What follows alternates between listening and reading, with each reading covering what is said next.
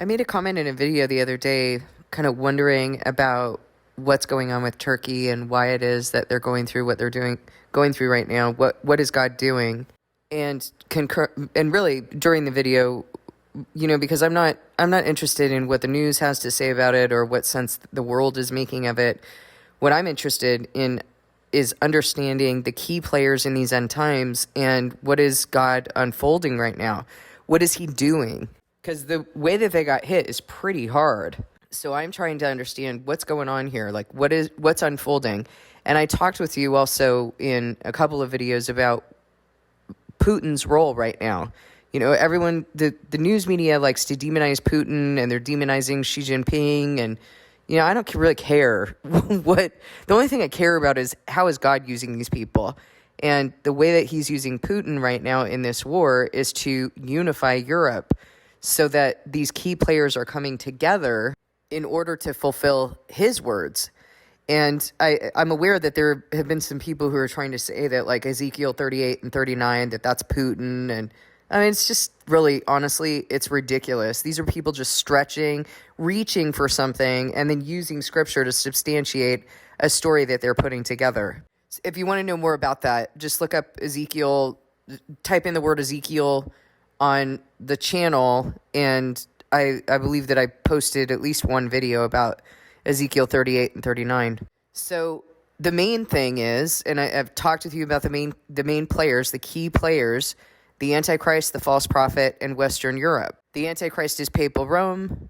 Well, the Antichrist is the spirit of Satan, but the Antichrist will be manifest in a kingdom, not a man, but a kingdom.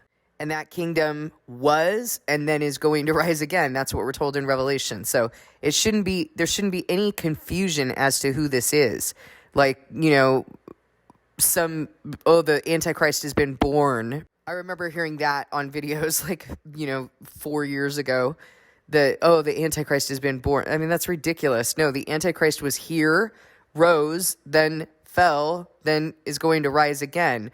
So what are we understanding? That the Antichrist somehow has been living for thousands of years? That's just really dumb. The Antichrist is a spirit. It's going to be manifest in a kingdom, and that kingdom has already been in power, has already reigned, and then isn't reigning, but still has power, but is going to reign again. That's Papal Rome, and I demonstrated that in the United States in the End Times. That's the title of the video. Between the book of Daniel 7, or the chapter of Daniel 7, and also Revelation 17. So there should be no question. So it's the Antichrist, the false prophet of the United States, which is testifying to the Antichrist. That's their job, is to hand over power and to testify to the Antichrist.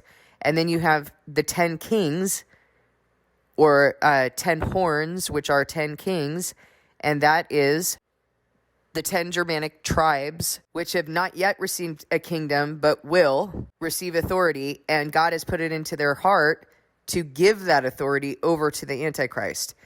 That is the 10 Germanic tribes that became Western Europe. So these are the key players. Those are the major players. I also talked with you about a mirroring of prophecy that's happening. So interestingly enough, there are the 10 Germanic tribes that became Western Europe. The Antichrist stays the same. There are also 10 harlots that bore out of Papal Rome, that bore out of Catholicism, Babylon the Great, the mother of all prostitutes. So she has prostitute daughters, and those are the 10 main denominational families that bore out of the Reformation. And so this description that's being mirrored between, Western Europe and also the harlots that bore out of her, that they're really not going, this is a divided kingdom. It's made of iron and clay in Daniel 2. Parts of it are strong, but parts of it are brittle, and it does not adhere to each other. Paganism and Christianity do not adhere to each other, and they're warring against each other and hate each other. So you see this between Europe has never been united. They're not united now. Even though they have the European Union, they're not united. And they hate the Antichrist. And they are going to strip her naked and burn her with fire. Same thing. There's a mirroring of prophecy going on between the physical and the spiritual. Same thing's going to happen with the churches. So you see right now that the United States is testifying to the Antichrist and is largely involved in forming this Antichrist. And I was noticing that they really didn't do much. I mean, I haven't seen much in our news is terrible, period. But I haven't really seen much in the news about the United States really coming to the aid of Turkey, which kind of wasn't really making sense to me since, we do have a military alliance with them. I would think that we might, if we have already determined to aid them militarily, why would we not aid them in a humanitarian crisis? That seems kind of weird. So God led me to kind of research a bit and understand what's going on right now between the United States and Turkey. So I'm going to talk about that a little bit with you. My understanding is that Turkey is has already said that they are going to exit NATO within the next 5 to 6 months. I would not be surprised if they did it sooner. And Turkey has largely stood in the way of ratifying Sweden and Finland. They've been opposed to it. And apparently they're using the words provocation, like that the United States has been provoking them. It kind of seems like the United States is bullying them out. And as I see it, it's all in the name of this union, like the key players unifying, and there not being anyone who is not of this mind. And that makes total sense because they are not going to hand over power and authority to the Antichrist. They believe in the Quran. They're Muslim. They're going to present an issue that's going to present an issue to this agenda that's already gone in place, that is already in effect to set up the power of Europe and the power of papal Rome. Okay, so how is the United States testifying in the spiritual? I've talked about that as well. I've talked about Christian nationalism and how that is campaigning for the Antichrist. When you want to combine church and state, first of all, it's never been a good thing for God's people when that's happened. Not in Rome, not in England, not anywhere. God's people have always been persecuted when that happens. But that's what they're campaigning for. And so all of this is going to come together. And the other thing that I've told you is that, and I'm just kind of putting the pieces together that God has put together for me, has to do with the Antichrist spirit behind the sciences. That is an Antichrist system. Whether you want to admit it or not, you got to take a look at the facts. It is a system that directly, unashamedly denies that there is a creator. Denies that there is a creator. And it is the basis for every explanation in the sciences. We evolved this way. Survival of the fittest. An absolute denial of God. Anyone who denies Christ, who is our creator, is the Antichrist. That is the spirit of the Antichrist. So you can't tell me that the sciences are not Antichrist. And we know that all systems, everything that the Antichrist has established is going to be reconciled, together. So, what's happening right now, guys? Are we being forced to take the jab? Are we being forced to submit? Well, yeah, that was going on for a while, huh? And in some places, people couldn't even leave their homes. Look what was going on in China, Canada. I mean, it wasn't that bad, at least in the United States, but it doesn't mean it couldn't be. What's going on right now with climate legislation? So again, this Antichrist extending a covenant to everyone that goes in direct opposition to the covenant that Christ has extended, the one that he has established since the beginning of the Bible, which is he's the Lord our healer. He's the Lord who heals us, and he's the Lord who heals the land. So the minute that you start thinking that something else heals you, now you are completely confused about your covenant, because that is our covenant. And healing and salvation are used synonymously in the Bible. So in order for you to understand salvation, you have to understand healing. There's no way for you to understand your covenant for salvation if you don't understand healing. That's why God established all of this. That's why he established the very concept of healing, so that you could understand that as you are understanding that when you have mental issues, when you have physical issues, that your mind and body are bearing the symptoms, manifesting the symptoms of what's going on in your spiritual condition. If you don't understand that and you are not going to him to heal you, how in the world are you going to fulfill your covenant? That is the reason why Satan established a counterfeit healing system for you and for the earth. You have to understand that relationship, why that's so important to Satan. All right, let's talk about Turkey. So I found this article to be quite interesting. It's on republicworld.com, and it is entitled Turkey May Exit NATO in 5 to 6 months over U.S. alliance's provocation, and then minister. Sorry, that's the title. It was last updated January 25th, 2023, so it wasn't even that long ago that this was, going on, that they made this statement about exiting, and then they had this crazy stuff happen in Turkey and Syria with the earthquakes. So I don't know.